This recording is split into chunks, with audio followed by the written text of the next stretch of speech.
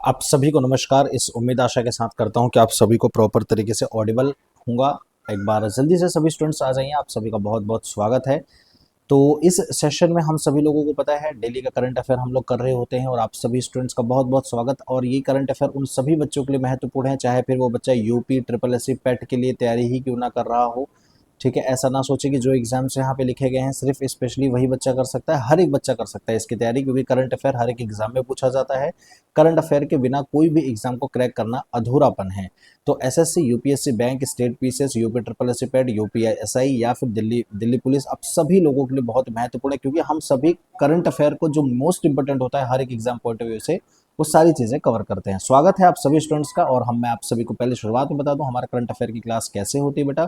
तो पहले हम करते हैं रिवीजन, फिर करते हैं आज की करंट अफेयर की क्लास, फिर हम करते हैं स्टैटिक जीके, और फिर लास्ट में देते हैं एक सवाल आपके लिए होमवर्क में, जिससे आपका कंप्लीट फुल फ्लेज्ड एक वन शॉट वीडियो के अंदर आपका पूरा क्लास हो जा रहा होता है। ठीक है, तो स्वागत है आप सभी स्टूडेंट्स का। आ जाइए एक बार जल्दी से। सभी को गुड आफ्टरनून है। सेशन को शेयर कर देंगे सभी स्टूडेंट्स अपने उन सभी साथियों के साथ, दोस्तों के साथ, जहां पर भी कोई भी बच्चा जिस भी एग्जाम की तैयारी कर रहा है। तो चलिए शुरू करते हैं। तो पहला, शुरुआत करने से पहले आप सभी को पता है हम एक थॉट करते हैं, और थॉट क्या है कि मुस्कुराहट के साथ दिन की शुरुआत करें, यह आपके दिन को खुशहाल बनाएगा। हम जब सुबह उठते हैं ना, तो हम बड़े टेंशन में उठते हैं, यार अब ये करना है, वो करना है, अब ये करना है, जबकि पूरे दिन ऑलरेडी आपको चाहे सोचो चाहे ना सोचो करना है ही आपने। तो क्यों ना ही जब आप सुबह उठ रहे हो तो एक छोटी सी प्यारी सी मुस्कान के साथ, क्योंकि आपके शरीर के अंदर एक ऐसी चीज़ है, आपकी स्माइल ही एक ऐसी चीज़ है जो आपके पूरे दिन को एक खुशनुमा बना सकती है, आपके पूरे दिन को आपको एक खुशहाल से भर सकता है। तो क्यों नहीं एक छोटे से प्यारे से स्माइल के साथ ही उस दिन को शुरुआत करना चाहिए, है ना। तो हमेशा उठिए एक प्यारे से स्माइल के साथ, जहां पे आपकी पूरी दिन जो है खुशहाल बन सके। स्वागत है आप सभी स्टूडेंट्स का पहले सवाल के साथ। तो चलिए शुरू करते हैं अपने पहले सवाल के साथ। तो जल्दी से फटाफट आंसर करेंगे वो सभी स्टूडेंट्स जो भी बच्चे तैयारी में लग रहे हैं। और पहला सवाल आपके साथ कि रेमन मैग्सेसे अवार्ड 2025 का हमारे भारत के अंदर किसको दिया गया है। तो आप सभी का आंसर क्या हो जाएगा बेटा, एजुकेट गर्ल्स। इसके बारे में कंप्लीट इन्फॉर्मेशन कल वाली सेशन में मैंने दिया हुआ था कि एजुकेट गर्ल्स क्या है, कब इसकी शुरुआत की गई थी। 2007 में शुरुआत की गई, किसके द्वारा की गई, और पहली बार ऐसा हो रहा है जो इस कोऑपरेटिव को दिया, एक नॉन एनजीओ को दिया जा रहा है, जो कि गर्ल्स एजुकेशन पे काफ़ी बेहतरीन कार्य किया है इन्होंने। अगला सवाल है आपके उड़ीसा सरकार द्वारा की गई घोषणा के अनुसार ई बस अपनाने में भारत में उड़ीसा का कौन सा स्थान है। अच्छा, एक चीज़ और बता दूं, ये जो रेमन मैग्सेसे अवार्ड है ये भी दिया नहीं गया बेटा। 7 नवंबर को मैनिला के अंदर ही ऑर्गेनाइज होगा, वहां पर दिया जाएगा। रेमन मैग्सेसे अवार्ड एक तरीके का एशिया के नोबेल प्राइज के बराबर है। ठीक है, आप सभी लोग ध्यान रखिएगा। तो आप सभी को पता है आपका जो उड़ीसा है, अगर हम टोटल देखें तो 5वें रैंक पर आ चुका है। कुल 450 इलेक्ट्रिक बसेस जो है यहाँ पे चलाई जा रही हैं। और दिल्ली सबसे पहले नंबर पे है, जिसमें 3,500 प्लस बसेस, मतलब 3564 बस जो है दिल्ली के अंदर चलाई जा रही है इलेक्ट्रिक बसेस। अगला सवाल है आईसीसी और गूगल ने किस खेल को बढ़ावा देने के लिए वैश्विक साझेदारी की घोषणा की है। आईसीसी, गूगल ने जो अनाउंस किया है अपना एक ग्लोबल पार्टनरशिप, किस स्पोर्ट को प्रमोट करने के लिए। तो आंसर होगा क्या, महिला क्रिकेट को, वुमेन्स क्रिकेट को प्रमोट करने के लिए जो है इसने अनाउंस किया है। आईसीसी ने गूगल के साथ पार्टनरशिप की, जैसे फैन फॉलोइंग और आपकी डिजिटली कनेक्टिविटी जो है और भी बेहतर इंप्रूव हो सकेगी। और साथ ही साथ ना ही सिर्फ डिजिटल कनेक्टिविटी, बल्कि आपके जो फैन फॉलोइंग के साथ साथ जो लैंग्वेज, लोकल लैंग्वेज है, उनके ऊपर भी बढ़ावा दिया जा सकेगा। अब अगला सवाल है राष्ट्रीय सांख्यिकी कार्यालय एनएसओ द्वारा ताजा आंकड़ों के अनुसार भारत की जीडीपी की वृद्धि दर कितनी है क्वार्टर वन की। क्योंकि अभी हम यहाँ पे बात कर रहे हैं अप्रैल 2025 से लेकर जून 2025 के बीच में, मतलब यहाँ पे बात कर रहे हैं क्वार्टर वन की, जिसमें मैंने आप सभी को बताया था कि जो आपके रियल जीडीपी है वो 7.8% से इंक्रीज हुई है। ये आपका क्वार्टर वन की वृद्धि रही है। और अगर नॉमिनल जीडीपी की बात कर रहा होगा तो नॉमिनल जीडीपी की जो है वो 8.8% है। तो आप सभी लोगों को सारी चीजें मैंने बताई थी। रियल जीडीपी का मतलब कांस्टेंट ईयर प्राइस पे जब आपका कैलकुलेट की जाती है जीडीपी, और नॉमिनल जीडीपी का मतलब जिसके अंदर रियल जीडीपी प्लस आपका इन्फ्लेशन भी इंक्लूड होता है। तो ये दोनों को मिला के आपको बनता है नॉमिनल जीडीपी। समझ में आ रही है बात। अगला सवाल है देश की पहली multi lane free flow tolling प्रणाली सिस्टम जो है ये नेशनल हाईवे पर शुरू की गई है। किस नेशनल हाईवे पे। आंसर होगा NH48, जो कि कहाँ पर है, आपके गुजरात पे। ठीक है, गुजरात के अंदर ये शुरू की गई है आपके, आप सभी लोग याद रखिएगा। अगला सवाल है भारत की सबसे बड़े एरो इंजन प्रशिक्षण जो है केंद्र का उद्घाटन कहाँ किया गया है? तो आपके शहर न्यू दिल्ली, सॉरी, आपके शहर नोएडा के सेक्टर 80 मतलब गौतम बुद्ध नगर के जिले में जो है स्टार्ट किया गया है, नोएडा सेक्टर 80 में। ठीक है, अगला सवाल है आईएनएस कदमात किस देश के 50वें स्वतंत्रता दिवस समारोह में शामिल हुआ है? तो आप सभी लोगों को पता है आईएनएस कदमात जो है आपके पपुआ न्यू गिनिया जो कि ऑस्ट्रेलिया से 1975 में 16 सितंबर को आज़ाद हुआ था। तो इसी के 50वें इंडिपेंडेंस डे के लिए हमारे देश के द्वारा भेजा गया है आपके आपके मॉर्सबे पोर्ट पे आईएनएस कदमात। ठीक है, मॉर्सबे पोर्ट पे। ठीक है, अगला सवाल है किस देश में भूकंप आने से लगभग 800 लोगों की मौत हो गई? और ये आंकड़ा तो कल का था, ये आंकड़ा अब जो है और भी ज्यादा बढ़ के गया है, अप्रोक्स 1000 से भी ऊपर हो गया है, जहां पे लोगों की डेथ हो गई है आपके एक भयानक भूकंप के आने की वजह से। तो आप सभी को मैंने बताया था अफगानिस्तान के अंदर ये चीज दुर्घटना हुई है। इसके बाद हमने देखा कि नारी रिपोर्ट 2025 के अनुसार महिलाओं के लिए सबसे सुरक्षित शहर कौन सा है? तो आप सभी को मैंने बताया था कि आपके नागालैंड की कोहिमा एक ऐसा शहर है, कोहिमा आपकी पता है नागालैंड की आपकी क्या है, राजधानी है। ये एक सबसे सेफेस्ट शहर भी कह लीजिए, राजधानी भी कह लीजिए, जो कि सबसे सेफ है आपके महिलाओं के लिए। और सबसे अनसेफ जो है वो आपका सबसे अनसेफ जो है वो दिल्ली है। सोचिए आपके एक जगह देश का कैपिटल जो कि सबसे ज्यादा अनसेफ है, और एक जगह एक ऐसा नॉर्थ ईस्टर्न आपका स्टेट का कैपिटल जो कि सबसे सेफेस्ट है। तो इसमें हमें विचार करने की बात है थोड़ा सा। ठीक है, चलिए अगला है विश्व बैडमिंटन चैंपियनशिप 2025 में आपका सात्विक साईराज, रैंकी रेड्डी और चिराग शेट्टी के डबल्स ने कौन सा मेडल जीता है वर्ल्ड बैडमिंटन चैंपियनशिप 2025 का? तो आप सभी को पता होना चाहिए, इसका आंसर होगा ब्रॉन्ज मेडल। ठीक है, तो ये थे वो 10 करंट अफेयर जो कि आप सभी के कल मैंने कराए थे, डिटेल में कराए थे। अगर कल आपको सभी को समझना है डिटेल में तो आप सभी लोग कल के करंट अफेयर को पढ़ सकते हैं। तो स्वागत है आज के करंट अफेयर में, जो है तारीख आज 3 तारीख। तो let's begin with the today's analysis with Abhishek sir with the topic wise. So शुरुआत करते हैं आज के करंट अफेयर की। अब बढ़िया से डिटेल में पढ़ने का प्रयास करते हैं। पहला सवाल इन रिमझिम बारिशों के साथ, क्योंकि आप सभी को पता है बारिश बड़ी सुंदर तरीके से हो रही है, बेधड़क हो रही है, बहुत ज़्यादा दिक्कतें भी हो रही हैं, बहुत ज़्यादा किसानों को नुकसान भी हो रहा है। पंजाब पूरी तरीके से जो देश सबसे ज़्यादा उपजाऊ बनाता है आपके एग्रीकल्चर से, पूरे एग्रीकल्चर को, वो राज्य जो है वो धीरे धीरे इस बारिश की वजह से पूरा नष्ट होता जा रहा है। उन किसानों का जो कल्टीवेशन है, एग्रीकल्चर है। तो हम प्रे करते हैं कि पंजाब राज्य जो है वो जल्दी से जल्दी सुरक्षित हो जाए, और भगवान इस चीज़ पर जल्दी सोचे विचार करें कि भैया बारिश बस करो, जितना करना था बहुत कर लिया, बंद करो।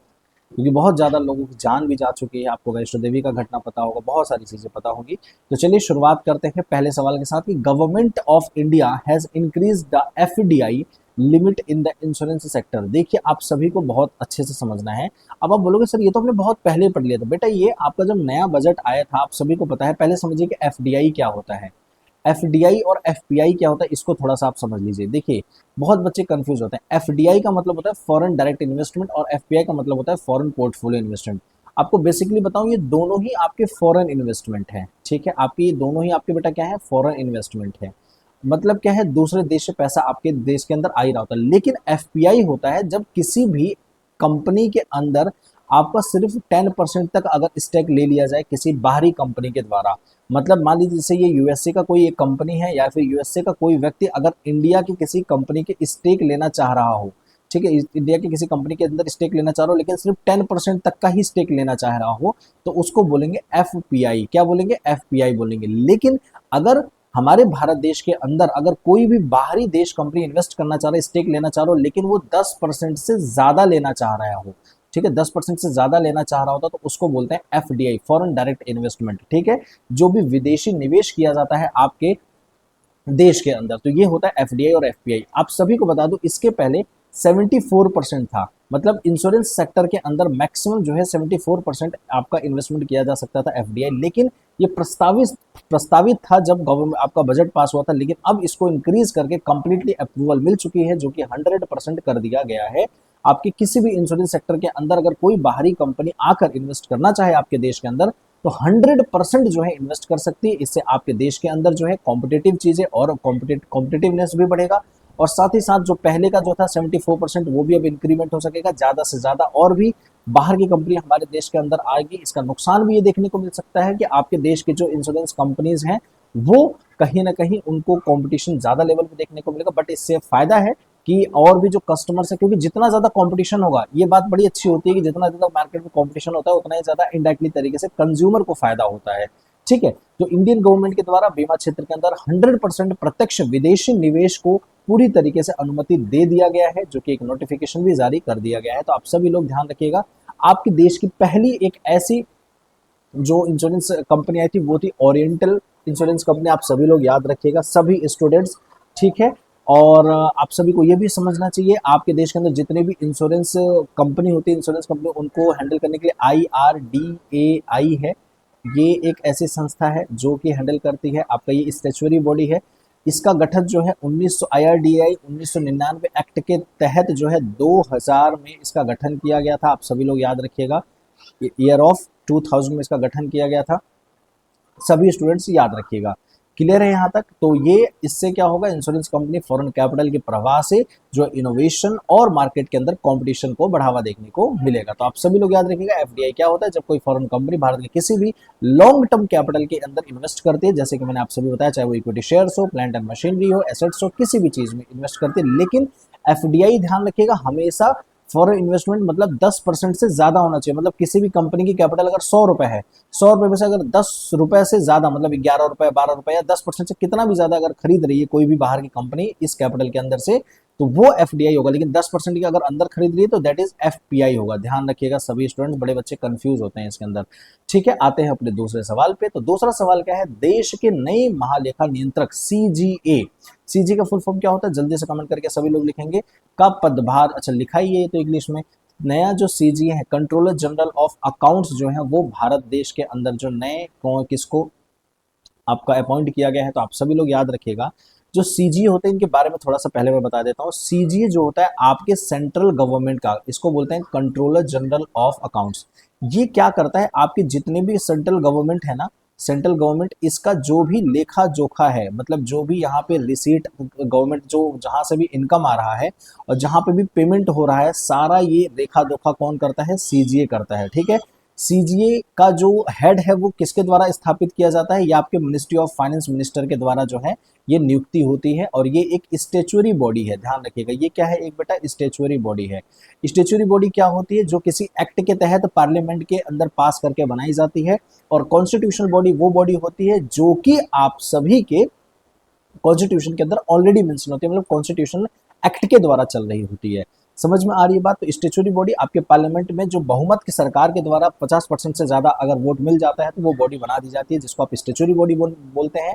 और बाकी जैसे स्टेचुअरी बॉडी क्या है, सेबी भी स्टेचुअरी बॉडी है, आरबीआई भी आपकी स्टेचुअरी बॉडी है ना। तो ऐसी बहुत सारी जो बॉडियां हैं आपकी स्टेचुअरी बॉडी। इलेक्शन कमीशन, जैसे इलेक्शन कमीशन क्या है आपका, ये स्टेचुअरी बॉडी नहीं है, ध्यान रखिएगा, इलेक्शन कमीशन आपका स्टेचुअरी बॉडी नहीं है, यूपीएससी आपकी स्टेचुअरी बॉडी नहीं है। तो ये सब क्या है, आपकी कॉन्स्टिट्यूशनल बॉडीज हैं। समझ में आ रही है बात? तो सीजीए जो है, आप सभी लोग याद रखिएगा, कंट्रोलर जनरल ऑफ इंडिया क्या करता है, पूरे आपके देश की मतलब जो सेंट्रल गवर्नमेंट है इसके रिसीट और पेमेंट मतलब पूरे अकाउंट्स को संभालता है कि कहाँ खर्चा हो रहा है, कोई दिक्कत तो नहीं है, तो ये पूरी संभालता है। फिर सीजीए क्या करता है, अपनी रिपोर्ट बनाता है, उस रिपोर्ट को फिर भेज देता है कहाँ पे, आपके सीएजी में। बहुत ज्यादा बच्चे कंफ्यूज होते हैं सीएजी और सीजीए। बेटा सीजीए क्या है, एक तरीके से समझिए कंपनी के अंदर जैसे अकाउंटेंट होता है ना, ऐसे ही आपके देश का जो अकाउंटेंट होता है उसको सीजीए बोलते हैं। लेकिन सीएजी क्या होता है, controller and auditor general of India. ये ध्यान रखिएगा, ये होता है controller and auditor general of India. ठीक है, ये क्या होता है बेटा, ये आपका भेजा जाता है सीजीए के द्वारा, जो रिपोर्ट भेजी जा रही है सीएजी के पास। और ये एक कॉन्स्टिट्यूशनल बॉडी है, ये कॉन्स्टिट्यूशनल बॉडी है। आर्टिकल नंबर 148 के तहत सीएजी बॉडी आपकी कॉन्स्टिट्यूशनल बॉडी है, जो कि आप सभी का ऑडिट करने का काम करती है। क्या ऑडिट करती है, ये देखती है कि ये जो अकाउंट्स बनाए गए इसके अंदर कुछ धोखाधड़ी तो नहीं किया गया है, कुछ ऐसा कमीशन वमीशन या फिर कोई घुसखोरी तो नहीं की गई है, कोई भी आपका उसको क्या बोलते हैं भ्रष्टाचार तो नहीं किया गया है। तो ये सीएजी करता है। और सीएजी जो है वो अपॉइंट किया जाता है डायरेक्ट आपके प्रेसिडेंट के द्वारा। ध्यान रखिएगा, ये आपका प्रेसिडेंट के द्वारा अपॉइंट किया जाता है। और लेकिन जो सीजीए होता है बेटा, ये आपके फाइनेंस मिनिस्टर के अंदर अंतर्गत आता है और फाइनेंस मिनिस्टर इसको अपॉइंट करता है सीजीए को। ठीक है, ये आपके डिपार्टमेंट ऑफ एक्सपेंडिचर के अंदर सीजीए आता है। तो आप सभी लोग ध्यान रखिएगा, सीजीए अलग है, सीएजी अलग है। ठीक है, ये controller auditor general of India, ये ऑडिट करने का कार्य करता है, जो भी अकाउंट्स के अंदर रिकॉर्ड किए गए हैं उसके अंदर कुछ गलती तो नहीं है, कुछ दिक्कत तो नहीं है, और फिर फाइनल जो रिपोर्ट है कंट्रोल जनरल ऑफ इंडिया जो एक इंडिपेंडेंट बॉडी, और फिर फाइनली सीएजी के पास जो रिपोर्ट आ गई, तो सीएजी ऑडिट करने के बाद ये फाइनली ये पार्लियामेंट के अंदर भेजता है।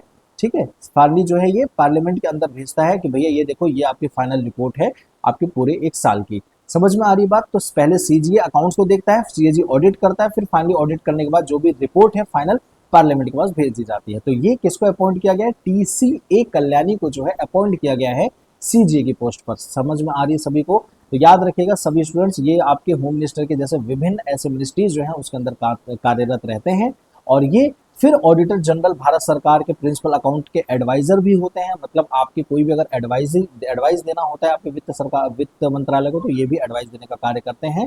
और इस समय सीएजी जो 15th थे वो आपके कौन थे? संजय मूर्ति जी थे 15th। समझ में आ रही बात? किसी प्रकार की कोई दिक्कत तो नहीं है? बताइए, यहाँ तक कोई समस्या तो नहीं? अब यहाँ पे थोड़ा सा देख लेते हैं आर्थिक या फिर कमर्शियल या फिर वाणिज्यिक जो संगठनों के जो प्रमुख है वो कौन कौन है। तो महासचिव जो है फिक्की के वो शैलेश पाठक जी हैं। अध्यक्ष अगर बात करें फिक्की के वो कौन है? हर्षवर्धन अग्रवाल जी हैं। अध्यक्ष जो है आपको एसोचैम के संजय नायर हैं। महासचिव एसोचैम के जो है मनीष सिंघल हैं। सीईओ जो है बॉम्बे स्टॉक एक्सचेंज के सुंदर राम मूर्ति जी हैं। अध्यक्ष जो है आपके सीआईआई भारतीय उद्योग परिसंघ के जो है आपके राजीव मेमानी हैं। अध्यक्ष नेस्कॉम के सिंधु गंगाधरन जी हैं। अध्यक्ष की बात करें अगर आपके यूटीआई के, जिसको भारतीय यूनिट ट्रस्ट बोलते हैं, आपका इसके जो है लियोपुरी जी हैं। अध्यक्ष इफ्को के अध्यक्ष जो है ये आपके दिलीप संघानी जी हैं। समझ में आ रही है बात? किसी प्रकार की कोई दिक्कत तो नहीं है? किसी प्रकार की कोई इशू तो नहीं है? चलिए, तो अब यहाँ पे आते हैं अपने अगले सवाल पे। अगला सवाल बेटा क्या है? Where has the Crocothemis erythraea dragonfly has been rediscovered. Crocothemis erythraea dragonfly को कहाँ पुनः खोजा गया है? बहुत इंपॉर्टेंट है, आप सभी के लिए ध्यान रखिएगा। ये सवाल जो है बहुत ज़्यादा इंपॉर्टेंट है। क्योंकि इंपॉर्टेंट इसलिए है क्योंकि कोई भी नई चीज़ अगर डेवलप होती है तो उसे हमें बड़ा जल्दी से हमें ध्यान रखना चाहिए। ठीक है, क्वेश्चन नंबर तीसरे का आंसर बिल्कुल बेटा आपका दक्षिणी सदर्न वेस्टर्न घाट के तरफ जो है ये खोदा। एक तरीके का ये इसकी जो टेल होती है ना, ये ड्रैगन फ्लाई एक ऐसा है, इसकी जो टेल होती है ये रेड कलर की होती है। कैसा होता है? रेड कलर का होता है। आपको दिखाता हूँ इसकी इमेज, ये रही। हाँ, ये रहा, देखिए ये ड्रैगन फ्लाई जो है ये खोजा गया है आपका क्रोकोथेमिस एरिथेरिया इसका नाम है। ठीक है, आप सभी लोग याद, लाल पूंछ का इसका ड्रैगन फ्लाई है जो कि सदर्न वेस्टर्न घाट के अंदर केरल में पाया गया है। समझ में? और कौन से पहाड़ी पे पाया गया है? तो याद रखिएगा शोला पहाड़ी पे पाया गया है, जो कि पहाड़ी घास के मैदान के अंदर। ठीक है, आते हैं अपने अगले सवाल पे। भारतीय सेना द्वारा गठित की जा रही एक नई कमांडो बटालियन जो है वो बनाया जा रहा है। अप्रोक्स 250 कमांडो इसके अंदर होंगे। अप्रोक्स 250 कमांडो इसके अंदर होंगे, जो कि भैरव नामक का एक ऐसी बटालियन जो है कमांडो तैयार किया जा रहा है जो कि चाइना और पाकिस्तान से ऑपरेशन या फिर किसी भी वॉर के अंदर कार्य कर रहे होंगे। ठीक है, आप सभी लोग बता दो चाइना एंड पाकिस्तान से लड़ने में ये बटालियन जो है काफी हेल्पफुल होंगे।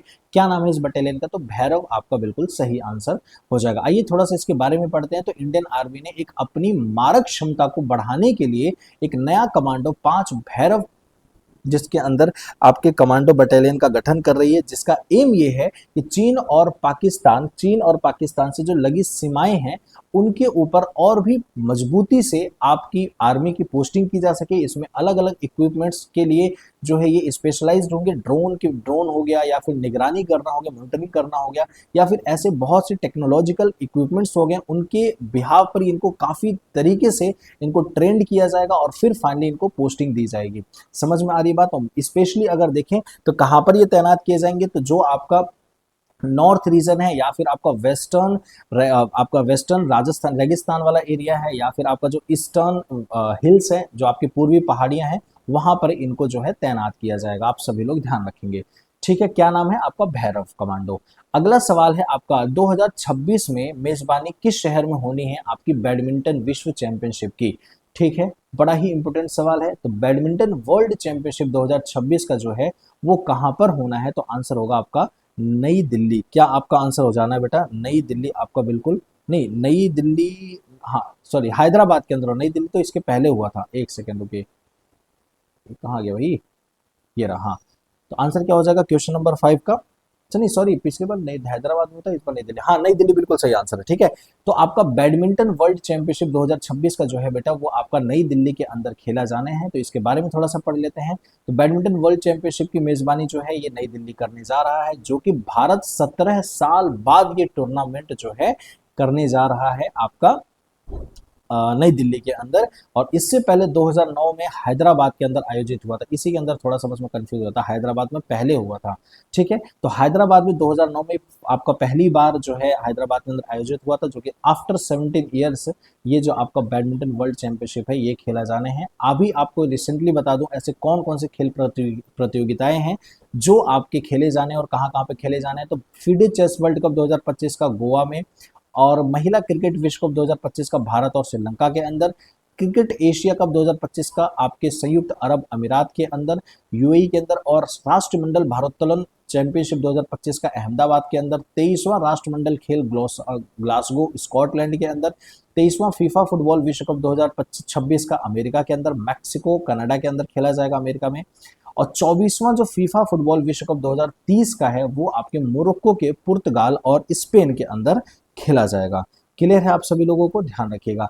25वां फुटबॉल जो विश्व कप 2034 का वो सऊदी अरब के अंदर खेला जाएगा। फीफा महिला विश्व कप 2027 का ब्राजील के अंदर खेला जाएगा। फीफा महिला विश्व कप 2031 का अमेरिका के अंदर खेला जाएगा। फीफा महिला विश्व कप 2035 का यूनाइटेड किंगडम ब्रिटेन के अंदर खेला जाएगा। फीफा वर्ल्ड कप 2025 का यूएसए के अंदर खेला जाएगा। फीफा अंडर 20 पुरुष विश्व कप 2025 का चिली के अंदर खेला जाएगा। एएफसी महिला एशिया कप 2029 का उज्बेकिस्तान के अंदर खेला जाएगा। यूईएफए महिला यूरो कप 2025 का स्विट्जरलैंड के अंदर खेला जाएगा। एएफसी महिला एशिया कप ऑस्ट्रेलिया के अंदर खेला जाएगा। तो ये ऐसे महत्वपूर्ण जो आपके विश्व कप थे, प्रतियोगिताएं थे, वो आपके 2025 या फिर आने वाले साल में खेले जाने हैं अलग अलग शहरों में और अलग अलग या फिर देश के अंदर। क्लियर है आप सभी लोगों का, बहुत ही महत्वपूर्ण था।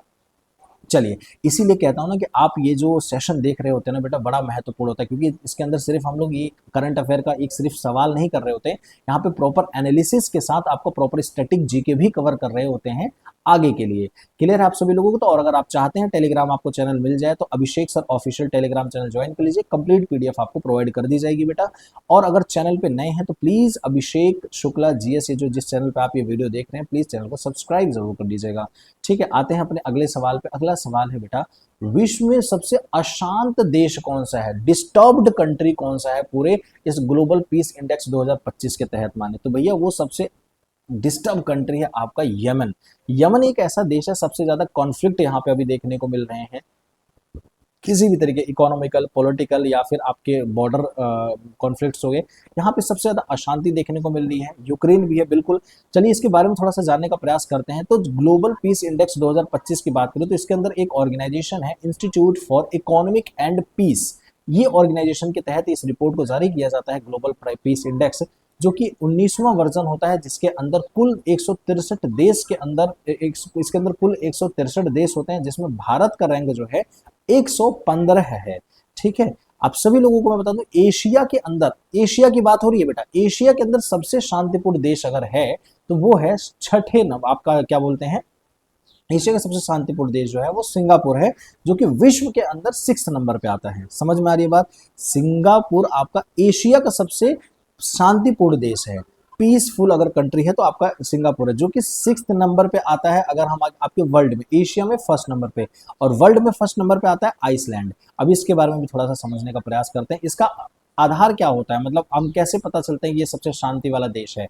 तो हमें पता चलता है जहां पे प्रॉपर सोशल सिक्योरिटी हो रही हो, या फिर इंटरनल और एक्सटर्नल जो कॉन्फ्लिक्ट्स हो रहे हैं ये बिल्कुल ना हो रहा हो, या फिर आपकी स्टेटस ऑफ न्यायाधिकरण, सैन्यकरण जो है उनका क्या स्टेटस है, उसके बिहार पे हम पता लगा पाते हैं कि कैसा इन लोगों के बीच में शांति या अशांति है। तो सबसे शांतिपूर्ण अगर पूरे देश है, अगर पूरी दुनिया में कोई देश है तो वो है Iceland, Ireland, New Zealand, Australia, sorry Austria है, नॉट ऑस्ट्रेलिया, ऑस्ट्रिया, फिर इसके बाद है स्विट्जरलैंड, और उसके बाद है आपका सिंगापुर। ध्यान रखिएगा। लेकिन अब 5 ऐसे देश जो कि सबसे ज्यादा अशांत है, सबसे ज्यादा डिस्टर्ब्ड है, लड़ाई झगड़े सबसे ज्यादा हो रहे हैं, वो है आपका यमन, जो कि 159 नंबर पे है। इसके बाद है डेमोक्रेटिक रिपब्लिक ऑफ कोंगो, और उसके बाद सूडान, यूक्रेन, रूस, ये सबसे अशांत है। रूस सबसे पीछे है भाई, इस समय देख रहे हैं, अशांति में अगर देखें।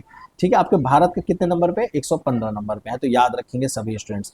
अब आते हैं अगले सवाल पे। भारत और अमेरिका के बीच एक संयुक्त सैन्य अभ्यास यूएन मिलिट्री एक्सरसाइज जो है वो 2025 के अंदर होने जा रहा है। युद्ध अभ्यास 2025 का होने जा रहा है, जो कि इंडिया और यूएस के बीच में होने जा रहा है। जैसे कि आप सभी लोग जानते हैं, इस समय इंडिया और यूएस के बीच में वैसे ही जो आपका इकोनॉमिक और पॉलिटिकल डिस्टर्बेंस काफ़ी ज़्यादा चल रहा है। सभी लोग जानते हैं, यहाँ पे भैया यूएस भाई साहब लगा टैरिफ पे टैरिफ लगा रहे हैं, और यहाँ मोदी जी आपके रूस के राष्ट्रपति और आपके चीन के राष्ट्रपति और सी जिनपिंग और खुद तीनों लोग मस्त से खुशी के साथ फोटो खिंचा रहे हैं। तो कहीं ना कहीं एक तरफ जलाया जा रहा है और एक तरफ जो जल रहे हैं तो वो बढ़िया से टैरिफ लगाए जा रहे हैं। तो जो इकोनॉमिक पॉलिटिकल डिस्प्यूट्स जो हैं ऑलरेडी आपका चल ही रहा है इंडिया यूएस के बीच में, लेकिन इसी के बीच में जो आपस में एक दूसरे देश की जो सैन्य है, जो सेनाएं हैं, उनके बीच में एक अच्छी पार्टनरशिप बन सके, इस वजह से युद्ध अभ्यास किया जा रहा है, जो कि अलास्का के यूएस के अंदर जो है इसका होना है। आइए इसको थोड़ा सा समझते हैं। तो 1 सितंबर से लेकर 14 सितंबर के बीच में ये युद्ध अभ्यास चल रहा होगा। मॉक एक तरीके का होता है। युद्ध अभ्यास क्या होता है, असली लड़ाई नहीं होती है, ये लड़ाई से आपका मतलब जैसे क्रिकेट, मेन क्रिकेट होता है, क्रिकेट के पहले प्रैक्टिस मैच होता है, ऐसे ही असली युद्ध से पहले ये प्रैक्टिस कर रहे होते हैं कि किस तरीके से कैसे किसी ऑपरेशन के अंदर एक्शंस लिया जाना चाहिए। तो आप सभी लोग ध्यान रखिएगा। कहाँ पर होना है, ये फोर्ट वेन राइट के अंदर, जो कि अलास्का के अंदर यूएसए में पड़ता है, यहाँ पर ये होने जाना है, जो कि 21वां संस्करण जो है, 21वां एडिशन जो है ये होने जा रहा है। इसकी शुरुआत जो है इस युद्ध अभ्यास की शुरुआत 2004 में की गई थी। अमेरिका और यूएस और इंडिया के बीच में ये जो मिलिट्री एक्सरसाइज हो रहा है, इसका मेन एम है कि संयुक्त राष्ट्र शांति अभियानों के लिए तैयारी और भी ज्यादा मजबूत करना। जो यूएन है उसके बीच में, यूएन में जो भी कंट्रीज हैं इनके बीच में शांति को फैलाना और पीस को मेंटेन करना, स्टेबलाइज करना पूरे ग्लोबल लेवल पे, ये इसका मेन एम रखा गया है। ऐसे अभ्यास जो इस समय में हो रहा है इंडियन यूएस के बीच में, जब आपके बिजनेस रिलेशन बहुत बेकार चल रहे हैं आपके इंडिया और यूएस के बीच में, आइए थोड़ा सा समझने का प्रयास करते हैं ऐसे भारत और अमेरिका के बीच जो प्रमुख सैन्य अभ्यास हुए हैं या फिर हो रहे हैं। तो आप सभी को मैं बता दूं, युद्ध अभ्यास जो मिलिट्री मैन्यूवर होने वाला है, आप सभी लोगों को मैंने इसके बारे में बता ही दिया है। वज्र प्रहार, थंडरबोल्ट स्ट्राइक जो है ये भी हुआ है। टाइगर ट्रम्प जो है ये भी आपका हो गया है। टाइगर क्लॉ 2025 में आपका हुआ था जून में, याद कीजिएगा, टाइगर क्लॉ हुआ था। आप सभी के मैंने इसके बारे में बताया हुआ था। जो आपका इंडियन एयरफोर्स है और आपका जो यूनाइटेड स्टेट की एयरफोर्स है यूएसएफ है, इनकी स्पेशल फोर्सेस इस एक्सरसाइज के अंदर शामिल थी, जो कि 26 मई से लेकर 10 जून के बीच में हुई थी। याद कीजिएगा, इसके बारे में मैंने पढ़ाया था, 26 मई से लेके 10 जून के बीच में।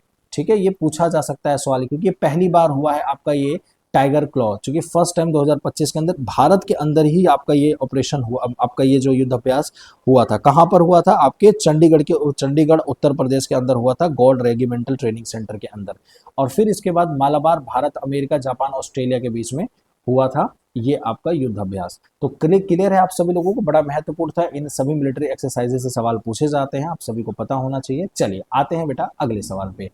बताएंगे, भारतीय खाद्य सुरक्षा एवं मानक प्राधिकरण फसाई, एफएसएसआई जिसको आप बोलते हैं, इसके नए सीईओ जो है वो कौन बने हैं? Who has become the CEO of Food Safety and Standard Authority of India? तो एफएसएसआई की बात करें तो इस समय जो है इसके आपके नए सीईओ जो है रजित पुनानी जी जो है ये अपॉइंट किए गए हैं। अपॉइंटमेंट से सवाल पूछे जाते हैं, महत्वपूर्ण है आप सभी के लिए। तो ये जो इंडियन फूड सिक्योरिटी जो है इस और स्टैंडर्ड अथॉरिटी के जो है मुख्य अधिकारी, सीईओ के ऊपर जो इन्होंने कार्यभार संभाला है, इन सभी को आप सभी को बता दें, पुनानी बिहार फ्रेम के वर्ष 1991 बैच के एक आईएएस ऑफिसर हैं। इनके ऊपर जो है ये जिम्मेदारी दी गई है। इसके बारे में थोड़ा सा मैं समझा दूं आप सभी को एफएसएसआई के बारे में। तो इसका जो स्थापना हुई थी, ये एक स्टेचुरी बॉडी है जिसको 2006 के अंदर food safety and standard act के द्वारा जो है स्थापित किया गया था, और 2011 से इसको फाइनली जो है इसकी कार्यकाल स्टार्ट हो जाती है। ये कौन से मंत्रालय के अंतर्गत आती है? तो स्वास्थ्य एवं परिवार कल्याण मंत्रालय के अंतर्गत आती है। इस समय यहाँ के वर्तमान जो अध्यक्ष हैं वो पुण्य सलीला श्रीवास्तव जी हैं, और मुख्यालय इसका नई दिल्ली के अंदर है। फुल फॉर्म क्या है इसका? Food safety and standard authority of India. जब किसी भी प्रोडक्ट पे एफएसएसआई का मार्क लग जाता है, अगर एफएसएसआई का मार्क लगे, इसका मतलब वो फूड क्वालिटेटिव है और उस फूड को खाया जा सकता है, उससे किसी प्रकार की बीमारी नहीं होगी। ठीक है, इसके बारे में थोड़ा सा रिसेंटली अभी पढ़ सकते हैं हम लोग कि कौन कौन से रिसेंटली में ऐसे भारतीय बोर्ड या कमेटी या फिर प्राधिकरण के अध्यक्ष चुने गए हैं। तो रेलवे बोर्ड के लिए जो है इस समय आपके सतीश कुमार जी चुने गए थे, आप सभी को याद हो। भारतीय प्रतिभूति एवं विनिमय बोर्ड सेबी, आप सभी लोग जानते होंगे, इनके जो है सुहीन तुहीन कांता, ये गलती से सुहीन हो गया है, इसको एक सेकंड में रफ कर देता हूँ बेटा, ये तुहीन कांता पांडे होगा। ठीक है, तुहीन कांता जो है पांडे, ये रिसेंटली में आपके चुने गए थे मार्च में। ठीक है, इसके पहले माधवीपुरी बुश थी तो उनको हटा दिया गया था, फिर उनके ऊपर कुछ केसेस भी हुए जो कि फिर फाइनली जो है वो गलत आरोप लगा के उनको आपका जो है बेल दे दी गई। ठीक है, केंद्रीय फिल्म प्रमाणन बोर्ड सीबीएफसी के जो है रविंद्र भाकर जी चुने गए थे। आपके नागरिक उड्डयन सुरक्षा ब्यूरो बीसीएएस का जो आपके अध्यक्ष है आपके राजेश निर्वाण जी चुने गए हैं। केंद्रीय प्रत्यक्ष बोर्ड सीबीडीटी के जो है रवि अग्रवाल जी, जो कि डायरेक्ट टैक्स को कवर करता है, कलेक्ट करता है, रवि अग्रवाल इसके अध्यक्ष हैं। केंद्रीय अप्रत्यक्ष कर एवं सीमा शुल्क जो सीबीआईसी है, ध्यान रखिए, ईडी आपके इनडायरेक्ट टैक्सेस को कलेक्शन का काम सीबीआईसी करती है, डायरेक्ट टैक्सेस का काम सीबीडीटी करती है। समझ में आ रही है बात। तो इसके जो अध्यक्ष है संजय कुमार अग्रवाल जी हैं, और सीमा सड़क संगठन जो है रघु श्रीनिवासन जी इसके अध्यक्ष हैं। तो आते हैं क्वेश्चन नंबर 9 पे। क्या है सवाल, एक बार जल्दी से पढ़ने का प्रयास करते हैं। मिचेल स्टार्क, सभी लोग जानते हैं, बेहतरीन बॉलर हैं आपके ऑस्ट्रेलिया के। इन्होंने रिसेंटली में टी20 इंटरनेशनल क्रिकेट से जो है संन्यास ले लिया है। तो आंसर किस देश के हैं ये, तो आपके बेटा आपका आंसर हो जाएगा ऑस्ट्रेलिया देश से ये बिलोंग करते हैं, जो कि मिचेल स्टार्क है, बेहतरीन बॉलर हैं। इन्होंने 2027 में होने वाले ओडीआई वर्ल्ड कप पर फोकस करने के लिए संन्यास लिया है। एक्चुअल में अगर बताऊं आप सभी को, और कहां से लिया है, टी20 वर्ल्ड कप से लिया है, सॉरी टी20 इंटरनेशनल क्रिकेट से लिया है। आखिरी टी20 मुकाबला 2024 में वर्ल्ड कप में खेला था, जिस समय हमारा भारत देश विनर रहा था। आप सभी को बता दूं, स्टार्क ने 65वीं टी20 इंटरनेशनल मैच खेला, जिसमें उन्होंने 79 विकेट कुल लिए हैं। ये ऑस्ट्रेलिया के टी20 में दूसरे सबसे ज्यादा विकेट लेने वाले गेंदबाज है। ऐसा भी सवाल पूछा जा सकता है कि ऑस्ट्रेलिया के ऐसे कौन से दूसरे सबसे बड़े गेंदबाज हैं जिन्होंने संन्यास लिया। तो सवाल किसी भी तरीके से घुमा के पूछा जा सकता है, तो आप सभी लोगों को आंसर पता होना चाहिए, क्योंकि सारी आपको इन्फॉर्मेशन डिटेल में मैं यहाँ पे दे रहा हूँ बेटा। ठीक है, अगला सवाल आपके स्क्रीन पे है कि भारतीय वायुसेना मुख्यालय में air officer incharge maintenance AOM कौन बने हैं। Who has become the air officer incharge maintenance AOM at the Indian Air Force headquarter. बड़ा महत्वपूर्ण सवाल है आप सभी लोगों के लिए, जल्दी से एक बार आप लोग कमेंट करके बताएंगे क्या इसका आंसर। बिल्कुल बेटा, संजीव घुराटिया इसका बिल्कुल सही आंसर। ये आपके इंडियन एयरफोर्स हेडक्वार्टर के अगर हम बात करें तो आपके एयर ऑफिसर इंचार्ज मेंटेनेंस के आपके बने हैं संजीव आपके घुराटिया। इनके बारे में थोड़ा सा पढ़ने का प्रयास करते हैं। तो इनकी भूमिका होगी कि जो भी विमान है, उनके जो इक्विपमेंट्स हैं, उनके जो टेक्निकल रिसोर्सेस हैं, तकनीकी संसाधन है, उनकी सुरक्षा करना, उनको किसी भी तरीके से अगर तुरंत नीड पड़ती है तो उसको तुरंत ही आपका अवेलेबल कराना, सुनिश्चित कराना, ये इनका मेन वर्क रहेगा। इनकी सेवा पदक देखें तो 2016 में इनको सेवा पदक भी से भी सम्मानित किया गया था, और अति विशिष्ट सेवा पदक जो है ये आपके 2025 में इनको सम्मानित किया गया है। तो आप सभी लोगों को मैं बता दूं भारतीय वायुसेना के बारे में, तो 8 अक्टूबर 1932 में इसकी स्थापना की गई थी, क्योंकि इसमें अंग्रेजों का शासन था। इसके बाद इसका पुनर्गठन जो है 26 जनवरी 1950 में, जो कि हमारे देश की सरकार के अंतर्गत जो है आपकी स्थापना की गई, दोबारा से गठन किया गया। और फाइनली अभी इस समय करंट में देखें तो chief of the air staff जो है वो आपके अमरप्रीत सिंह जी हैं, और उप वायु सेना प्रमुख जो है नर्मदेश्वर तिवारी, जो कि अभी रिसेंटली में अप्रोक्स आई थिंक अप्रैल में या फिर मई में इनका अपॉइंटमेंट हुआ था, नर्मदेश्वर तिवारी, जो कि उप वायु सेना के प्रमुख के रूप में। तो ये थे कुछ ऐसे महत्वपूर्ण सवाल जो कि आप सभी को जानना था, बहुत ही जरूरी था। अब हम बात करते हैं ऐसे बेसिक ऐसे इंपोर्टेंट एप्लीकेशंस या पोर्टल जो कि इशू हुए हैं, बहुत महत्वपूर्ण है आप सभी के एग्जामिनेशन पॉइंट ऑफ व्यू से। तो ये पूछा जा सकता है ये कौन सा ऐप किस चीज के लिए बनाया गया है। तो जो सचेत ऐप है वो नेशनल डिजास्टर और मैनेजमेंट अथॉरिटी के द्वारा बनाया गया है। एआई चैटबॉट सारथी जो है ये आपका हरियाणा गवर्नमेंट के द्वारा बनाया गया है। ई सेहत ऐप जो है आपके जम्मू कश्मीर हेल्थ डिपार्टमेंट के द्वारा जो है इसको इशू किया गया है। राइज ऐप जो है ये आपके उत्तर प्रदेश के द्वारा बनाया गया है। बेटा इन सब के बारे में अगर आप बोलोगे सर डिटेल नहीं बता रहे बेटा, बहुत ज्यादा टाइम जाएगा। इसके बारे में मैंने अपनी क्लासेस के अंदर हर एक ऐप के बारे में बहुत डिटेल से डिस्कस किया। अदरवाइज मैं एक सेशन ले लूंगा जहां पे और भी डिटेल के साथ आप सभी के साथ डिस्कस कर लूंगा, ठीक है। चलिए, स्वेरल ऐप जो है इंडियन रेलवेज के द्वारा जो है डेवलप किया गया है। आरबीआई डाटा पोर्टल जो है रिजर्व बैंक ऑफ इंडिया के द्वारा बनाया गया है।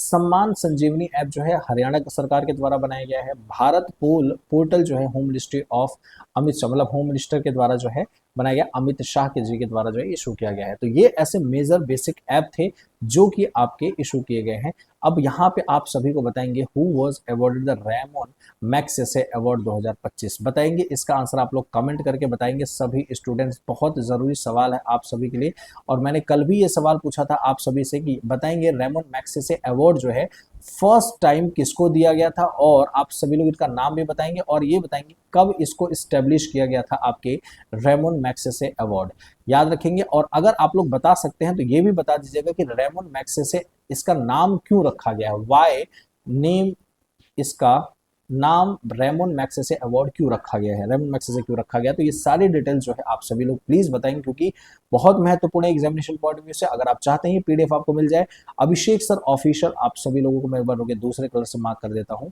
अभिषेक सर ऑफिशियल, ये रहा टेलीग्राम चैनल, आप सभी लोग ज्वाइन कर लीजिए, आपको पीडीएफ मिल जाएगी। यहाँ पे व्हाट्सएप ग्रुप ज्वाइन कर सकते हैं। बाकी आज की करंट अफेयर की क्लास यहीं पे एंड करते हैं, इस उम्मीद आशा के साथ कि आपको बढ़िया लगा होगा, मजा आएगा। और प्लीज रिक्वेस्ट है आप सभी से, अगर सच में अच्छा लगा हो तो प्लीज लाइक कीजिएगा, और अगर आपको जैसा भी फीडबैक हो आप सभी लोग प्लीज अपनी राय कमेंट में जरूर लिखिएगा। और अगर चैनल पे नए हैं तो आप सभी लोग सब्सक्राइब जरूर कर लीजिएगा। आप सभी के प्रति मेरी मेहनत जारी है, बस जरूरत है आपकी मेहनत की, आपकी राय की, आपकी फीडबैक की, कमेंट करके जरूर बताएं। और आप सभी लोग सब्सक्राइब जरूर कर दीजिएगा। और अगर किसी टॉपिक पर आपको मेजर वीडियो चाहिए तो आप सभी लोग वो भी बताइएगा। और ये जितने भी सेशन है आप सभी हर एक एग्जाम के लिए ये इंपॉर्टेंट है, क्योंकि करंट अफेयर पर्टिकुलर किसी एक एग्जाम के लिए मैं नहीं पढ़ा रहा हूँ, है ना, चाहे बैंक की हो, UPSC, UP triple S, CPET, UPSI देने जा रहे हैं आपका, चाहे आपका डीएसआई हो, दिल्ली डीपीएसआई हो, है ना, तो हर एक एग्जाम के लिए महत्वपूर्ण है। तो आप सभी का दिल से बहुत बहुत धन्यवाद। अपना ख्याल रखिए, स्वस्थ रहिए, मस्त रहिए, पढ़ाई लिखाई करते रहें। मिलते हैं आपसे ऐसे ही अगले सेशन में, जब तक के लिए अपना ख्याल रखिए। जय हिंद, जय Bharat, take care, thank you.